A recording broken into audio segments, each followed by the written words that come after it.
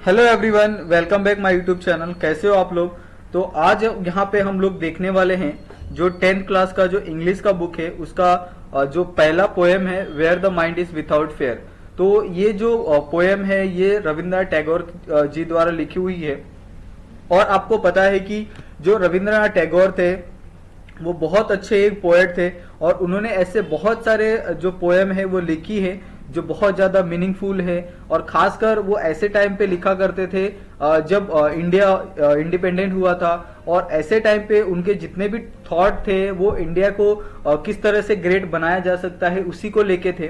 तो यहाँ पे उन्होंने एक और जो अपना थॉट प्रेजेंट किया है एक पोएम के थ्रू कि where the mind is without fear, यानी अगर हमारे अंदर कोई डर ना हो तो हमारा माइंड कहाँ पे होगा। ये बात आपको पता है कि अगर आपके अंदर डर है तो आप कोई भी काम अच्छे से नहीं कर सकते, लेकिन अगर आप बेझिझक बिना डरे अगर आप किसी काम को करते हो तो उस काम को आप कंप्लीट किए बिना आप रुकते नहीं हो। तो यही चीजें यहाँ पे उन्होंने बताई है अपने पोएम के थ्रू। तो यहाँ पे हम लोग देखते हैं रविंद्रनाथ टैगोर जी के बारे में थोड़ा सा। ओके, तो सबसे पहले यहाँ पे हमने तो बात किया कि where the mind is without fear, ये उसका मतलब क्या हो गया। अभी हम लोग थोड़ा सा रीड करते हैं एक्चुअली रविंद्रनाथ टैगोर कहाँ पे उनका बॉर्न हुआ, कहाँ पे उनकी डेथ हुई। ओके, तो उनका पहले तो ही was the author of the Gitanjali and the profoundly sensitive fresh and the beautiful verse.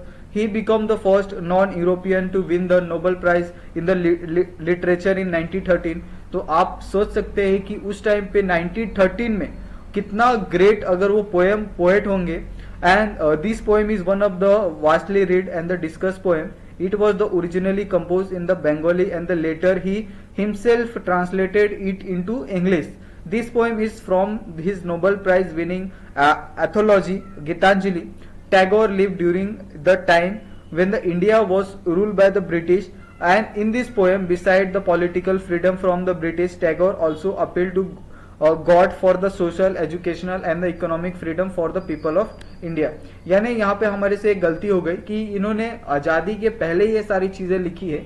Okay, क्योंकि उस समय इंडिया की जो कंडीशन थी वो बहुत ज़्यादा खराब थी, क्योंकि इंडिया के ऊपर ब्रिटिश रूल था और ब्रिटिश रूल ये नहीं चाहता था कि इंडिया में हमारे अलावा कोई और पढ़ा लिखा हो, हमारे से ज़्यादा किसी के पास पैसा हो, तरक्की हो। तो इसी सब चीज़ों को लेकर उन्होंने एक पोएम लिखी है और इस पोएम के थ्रू वो बताना चाहते हैं कि अगर इंडिया के अगर यूथ के अंदर, इंडिया के पीपल्स के अंदर अगर फेयर ना हो, ठीक है, उनको एजुकेशन मिले तो वो किस तरह से अपना सारा जो लिविंगहुड है उसको चेंज कर सकते हैं। ओके, तो यहाँ पे आप देखोगे तो यहाँ पे हम लोग बात करते हैं वन बाय वन।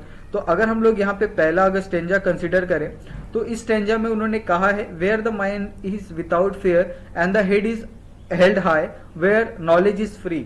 तो आपको पता है कि अगर हमें, मैं इंडिया की बात नहीं कर रहा हूं, अगर आप दुनिया के कहीं पे भी अगर रहे तो अगर वहां पे आपके पास अगर आपके मन में डर है, ओके, आपके पास एजुकेशन नहीं है तो आप वहां पे अपना जो सर है ना वो उठा के नहीं चल सकते। ओके, इंडिया में तो अभी ऐसा हो रहा है कि अगर आपके पास एजुकेशन नहीं है, आपके पास नॉलेज नहीं है तो आपको कहीं पे भी अच्छा जॉब नहीं मिलेगा, आप सोसाइटी के अंदर बहुत ज्यादा आपको सम्मान नहीं मिलेगा।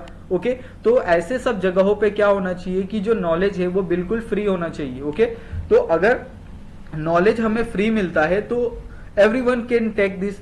तो क्या होगा कि अगर सब लोग अगर शिक्षित होंगे, सब लोग अगर पढ़े लिखे होंगे तो इससे क्या होगा, एक तो हमारा जो सोसाइटी है वो भी ग्रो करेगा, जो इसके वजह से जो हमारा नेशन है वो भी ग्रो करेगा। तो ये दोनों बातें एक दूसरे से क्या है, सिमिलर है। इसीलिए अगर हमारे पास एजुकेशन है तो हम कहीं पे भी सर उठा के चल सकते हैं। यही बात रविंद्रनाथ टैगोर यहाँ पे बताना चाहते हैं कि एवरीवन कि सभी को क्या होना चाहिए, नॉलेज फ्री होना चाहिए, सभी को एजुकेशन फ्री होना चाहिए। ये बात उन्होंने अपने सिंपल वे में वहां पे बताई है। ओके, उसके बाद अगर हम लोग सेकेंड स्टेंजा देखें, ओके, तो सेकेंड स्टेंजा में वो क्या कहते हैं कि where the world has not been broken up into the fragment by the narrow domestic wall. और ये बहुत ही एक डीप लाइन है, भले ही आप लोगों को समझे या ना समझे, लेकिन मैं यहाँ पे आपको बता दूं कि इसका क्या मतलब है। बाय नैरो डोमेस्टिक वॉल, आपको पता है कि इंडिया के अंदर हर एक चीज के अंदर हम लोग क्या करते हैं, भेदभाव करते हैं। आपको पता है सबसे पहले जो हमारा ये चालू हुआ था, जो लोगों के बीच में जो एक वॉल क्रिएट हुई थी, यानी लोगों के बीच में जो मिसअंडरस्टैंडिंग स्टार्ट हुई थी, वो सबसे पहले जो हमारा कास्ट था, कास्ट सिस्टम था, उसको लेके हुआ।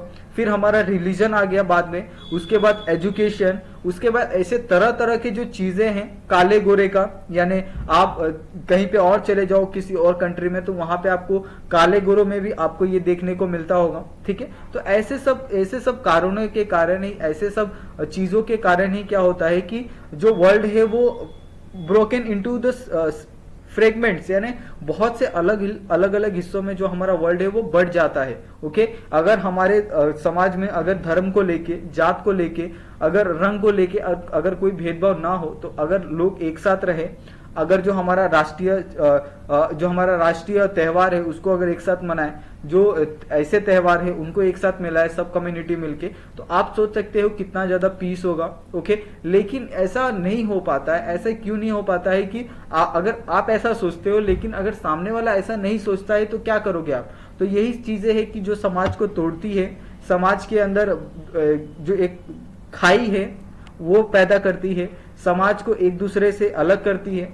तो ये चीजें यहाँ पे आपको देखने को मिल रही है। और आज के टाइम पे अगर आप वर्ल्ड में कहीं पे भी चले जाओ, तो ये सारी चीजें तो सबसे जो मेन जो हमारा ये होता है, मुद्दा होता है किसी भी चीज का, वो यही सारी चीजें है। ओके, उसके बाद अगर हम लोग नीचे देखें, तो नीचे अगर आप देखोगे तो यहाँ पे हम लोग बात करें कि where the world come out from the depth of truth, where the tireless striving stretches its arm toward the perfection. Okay, तो आपको पता है कि अगर हमारा जो वर्ल्ड है कम out from the depth of truth, अगर हम लोग अपने वर्ल्ड के ट्रूथ के बारे में बात करें, यानी हमारा जो पहले पास्ट था, कल्चर था, कितने लोग महान कल्चरिस्ट हुए, कितने ऐसे लोग थे जिन्होंने अपने कंट्री को प्राउड करने के लिए अपने को अपना जो ये है लाइव है उसको दूसरे के ऊपर निछावर किया। तो ऐसी सारी चीजें आपको देखने को, सुनने को मिलती है। ओके, और where the tireless striving stitches its arm toward the perfection, और उनके ही ऐसे जो आशीर्वाद थे, उनके ही जो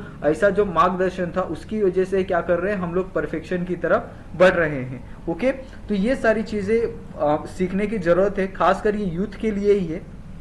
ओके, उसके बाद अगर हम लोग बात करें तो where the clear stream of the reason has not lost its way into the dreary desert sand in the dead habit. Okay, तो आपको पता है कि अगर where the clear stream of reason has not lost its way, अगर हमारा जो vision है, जो हमारा थॉट है, जो हम लोग सोचते हैं, जो हम लोग करते हैं, अगर वो एक ही डायरेक्शन में है, क्लियर है कि आपको क्या करना है आगे 2 साल में, आगे के 1 साल में आपको क्या करना है, आपका गोल क्या है। ओके, आपको सिर्फ सोचना नहीं है, आपको एक गोल डिसाइड करना है कि आपका एक गोल क्या है। अगर आप उसी दिशा में काम करते हो, वही चीजें सोचते हो आप और उसी के लिए काम करते हो, तो उसको अचीव करने से कोई नहीं रोक सकता। ओके, कोई भी नहीं रोक सकता। ओके, तो यही चीजें यहाँ पे कही है। लेकिन अगर आपका एम क्लियर नहीं है, ओके, आप सोचते हो तो बहुत हो लेकिन करते बहुत कम हो, और इसके कारण क्या होगा कि आप एक डेजर्ट में चले जाओगे। जिस तरह से अगर आप किसी डेजर्ट में अगर चले गए, वहां पे आप आगे पीछे दाएं बाएं आप कहीं पे भी देख लो, लेफ्ट राइट, ठीक है, फ्रंट बैक, आपको हर जगह सेम कंडीशन देखने को मिलेगा। ना आगे कोई मिलेगा आपको मदद के लिए, ना पीछे, ना लेफ्ट ना राइट। तो ऐसी सब कंडीशन क्यों होती है? क्योंकि आपका जो फोकस है, जो आपका थॉट प्रोसेस है, जो आपका एम गोल है, वो क्लियर नहीं होता। इसकी वजह से क्या होता है, आप फंस जाते हो और अपने आप को कैसा, जो आपकी जो हैबिट है, वो आपकी हैबिट ऐसी हो जाती है जैसे एक मरे हुए इंसान की हैबिट होती है कि अगर आपको अपने हिसाब से अगर कोई सामने से अगर फोर्स नहीं करता है, जैसे मरे हुए इंसान को अगर हिलाना है तो ऑफकोर्स सामने से फोर्स करना पड़ेगा, उसी तरह से आपकी कंडीशन हो जाती है। अगर आपको सामने से कोई फोर्स नहीं करेगा, आपको 2 बात सुनाएगा नहीं, तब तक आप वहां से काम करना स्टार्ट नहीं करोगे, आप हिलोगे नहीं। तो ऐसे समय पे आपको इस प्रोसेस को, इस थॉट प्रोसेस को आपको चेंज करना होगा, तभी आपके अंदर एक अच्छा सा